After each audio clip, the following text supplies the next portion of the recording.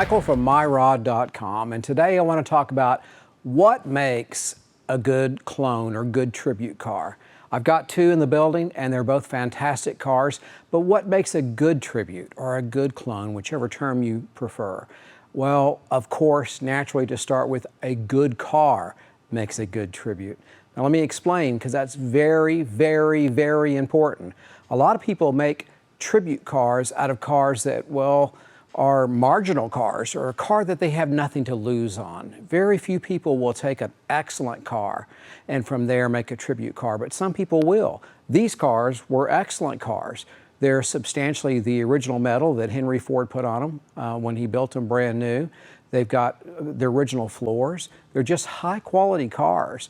They're both slightly different in the some of the components, the resto mod type components that were added, but they both are very accurate Shelby clones. And now I'm going to walk through what components make an accurate Shelby clone. So let's walk over and let's start with the stunning, gorgeous sapphire blue Shelby GT350 Tribute.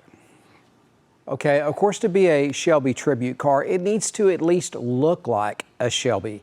And that would be what the external design elements are like. And this car has those external design elements. And I'll walk around it real quick and point those out. And then we'll talk about some Shelby components or modifications made by Carroll Shelby when he built his cars that some Shelby Tribute cars will have. These cars happen to have them. That makes it a far better tribute car because it's more accurate, it's closer to the mark. Let me walk around and start pointing things out. Of course, there's the hood. This is the fiberglass, metal undercarriage, fiberglass top, Shelby scooped hood. People love that. Stripes on top, stripes below. Some of them will have what people call the bullet mirror, and they usually have either the Magnum wheels or the star pattern wheels. Of course, there's the famous side scoop. And then one of my favorite design elements is the side quarter glass. I love that. And then coming around to the back, there's the GT350 emblem, and there's the GT350 gas cap. Of course, it'd be a dual exhaust car, but not like the GTs with trumpet exhaust coming through the rear panel. It's going to have turn down exhaust at the back. And then looking inside the car, the first thing you would notice that it's not in a factory OEM or stock car would be the dash tack. The tack mounted on top of the dash, and there's the manual choke pull for the carburetor. So those are basically the basic, quick and easy to pick off components, and sometimes you would see these type racing seat belts in there. And in the case of this particular car, it has a roll bar, which I like. It's very tastefully done. It doesn't encumber the rear passengers whatsoever. They still can get in and out as if it weren't there. You know, it's a nice thing to have. So, and of course you'd have a disc brake pedal. You can notice that this did, and it would look just like it would on a GT. It's got the little emblem on it. And so that's basically what you would see. And then the grille is different. Instead of having the traditional pony and bar running across, you just have the little Mustang flag up front, off-centered to the right. And then everything else is mechanical that's different. And so what are those mechanical differences? Well, those mechanical differences are largely everything a K-code or a hypo would come with. And we have a hypo K-code in the building, a 1965 right here. And that particular car, the drivetrain in that car would be what would have come with this car. And then Shelby made a few more tweaks to get just a little bit more out of it. But what are the other mechanical components that make a really good tribute that you don't see unless you look for them? Well, again, we need to look underneath the car. So let's walk around and let's look at the third member, the rear axle. And if it's a 66, which both of these are, of course you see a 9-inch, the heavy-duty 9-inch rear end, the same thing that a 66 K-code or Shelby would have gotten. And you also see Shelby traction bars. So when you add all of this together, it makes a significant difference. It's way beyond a regular Mustang of the day in terms of its performance and handling. So that would be what an original or an accurate tribute would be like. And no harm, no foul. These are tributes. They're built the way someone wanted them to be. You know, I mean, this thing, the black one here has air conditioning, freezing cold air conditioning. Okay, so under the hood on the sapphire blue car, you have a very stock appearing car, really not too much going on, no power steering, no air conditioning.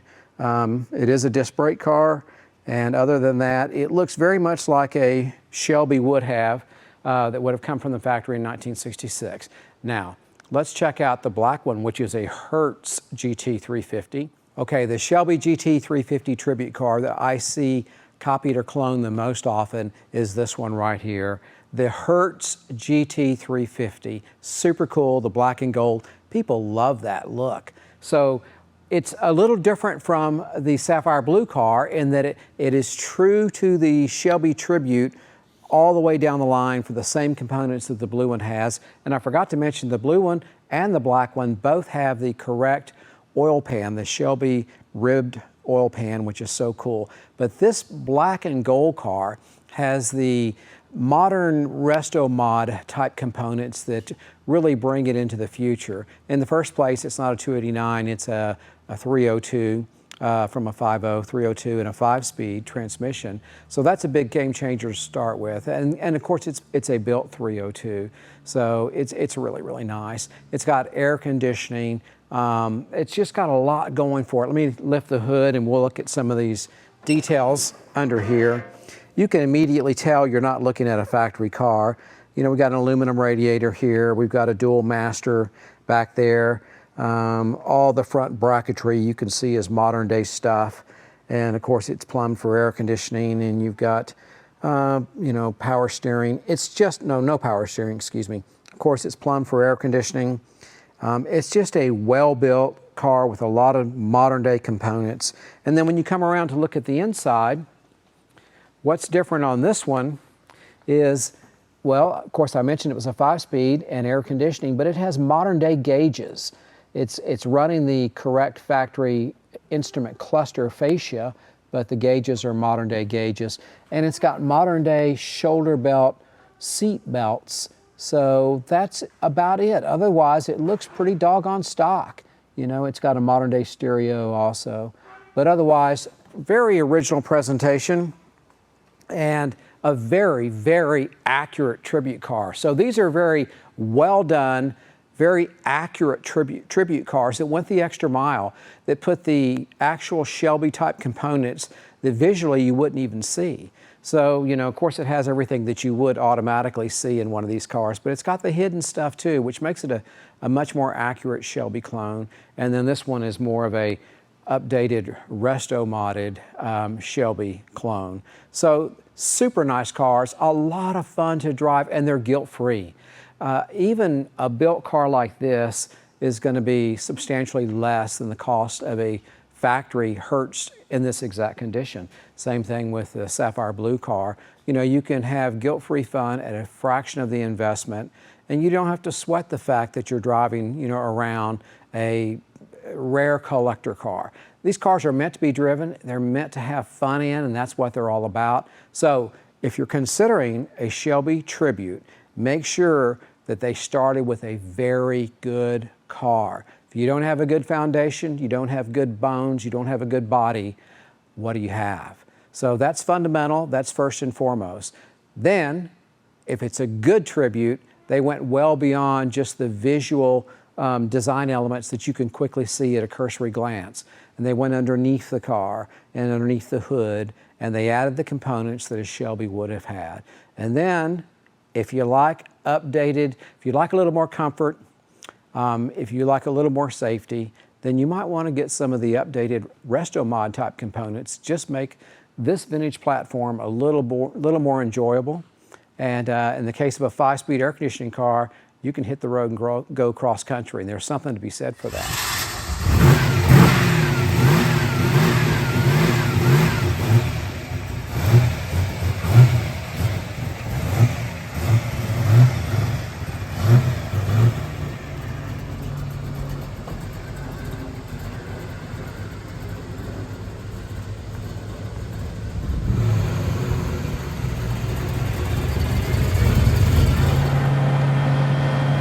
be out in the neighborhood in just a minute here, and the first thing that hits you in this car is the fact the air conditioner is wonderful.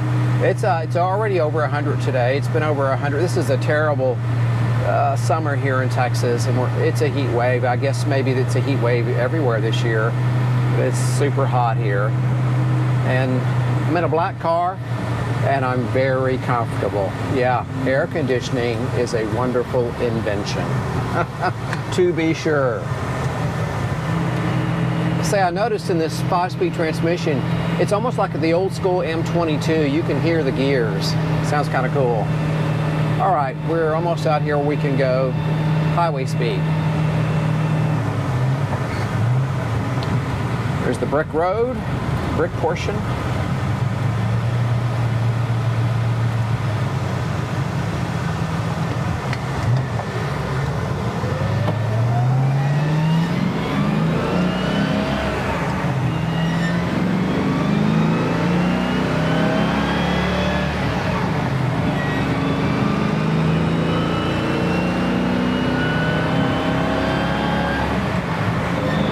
Fourth gear.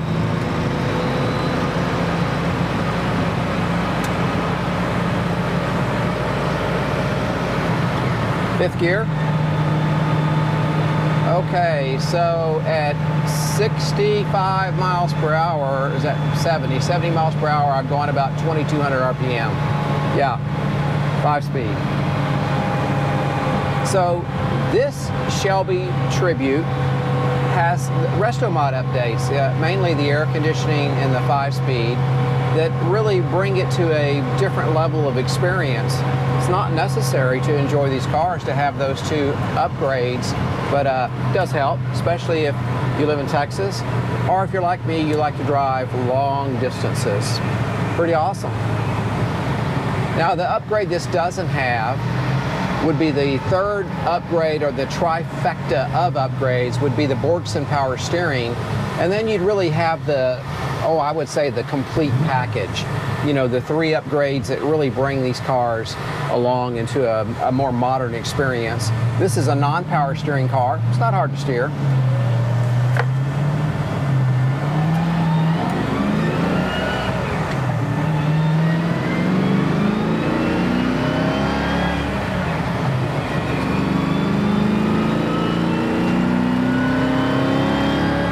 She pulls good. Okay, it's time for the test drive in this gorgeous sapphire blue car. Both these cars have a mild cam, and they both have manual chokes on them, just like the factory Shelby would. So I pulled this choke. Let me see, pump it a couple times, see what happens here.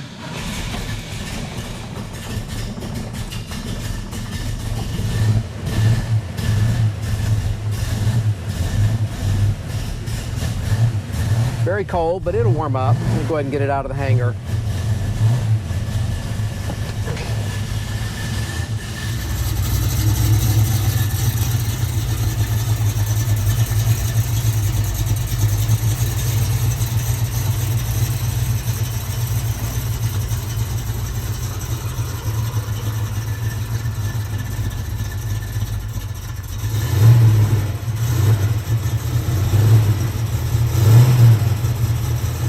Okay, so the other car had AC. We rode during the heat of the day. It's cooled down a little bit.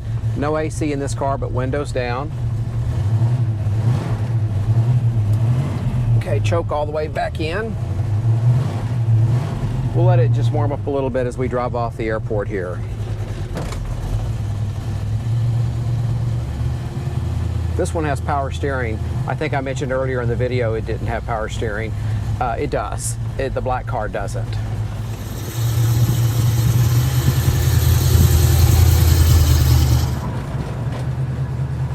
Okay, so the big fundamental difference between this Shelby Tribute and the black Hertz Shelby Tribute is the transmission. Here we've got an automatic transmission, and the black car, of course, had a 5-speed transmission.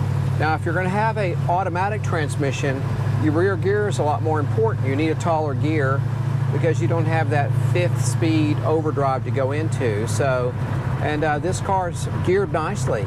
You can go highway speeds with this transmission and rear end. So it's also a peppy little car. It likes to run. happy little 289. We'll get out and do highway speeds here in just a second. Okay, we're about to be out of the neighborhood here.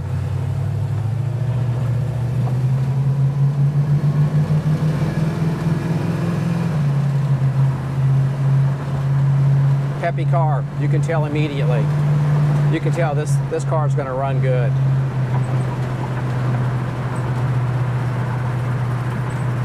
You know, there are times that I feel like an automatic, and there are times I want to be shifting gears, and it's nice to have multiple cars if you're lucky enough to have multiple cars, because there are automatic days and there are gear shifting days. There's top down days and top up days. And I think that's why some guys have multiple cars, you know, and I know that's out of reach for most folks, especially with the prices of these cars these days.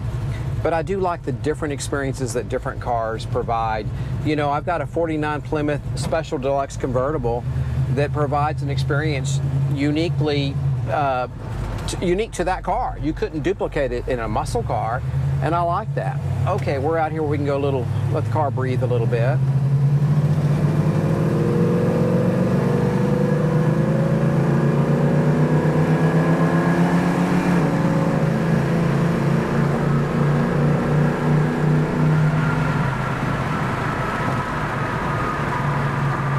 Okay, that front end lifts up and it goes.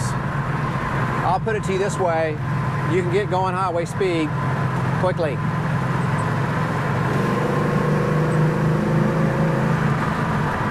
I love that.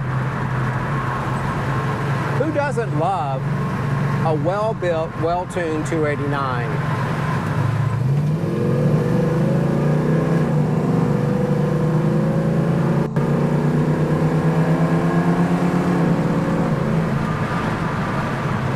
Shifts are nice, acceleration's nice. That's a lot of fun. Well, that's it for the test drive. Now, let me tell you the reason I made this video. People are always asking me, what do you think about a Shelby Tribute or a Shelby clone? Well, I'll tell you what I think. If you start with a good car and you get it pretty doggone close to the mark in terms of what Shelby put into these cars visually and some of the suspension related components, and get a little performance out of it, then I'd say I like it. I like it quite a bit. So there's nothing wrong with them. I think you get a big bang for the buck experience in one of these little cars. Tons of fun. So yeah, make sure you get a good, they started with a good car, and make sure it has as much done accurately as possible without worrying about whether it's a perfect to the last dot and tittle correct car, and then modify it to the way that it pleases you. That's my recommendation. So, myrod.com, check us out. I think you'll like what you see. And subscribe to our YouTube channel. And ring that bell. And come back often and like this video. It helps my son and I. And oh, by the way, these two cars have already sold. We buy very few cars, but the chances are we'll end up with another nice Shelby Tribute clone at some point down the road. So, if you go to our website, look where it says Get Inventory Updates, add your email address, and we'll give you email updates when we get ready to put a car for sale. And don't worry, we buy very few cars, so you'll get very few emails. We only get stuff that we love, that we would keep ourselves, and we're super particular. All right, I hope you enjoyed it. That's it for me. Adios.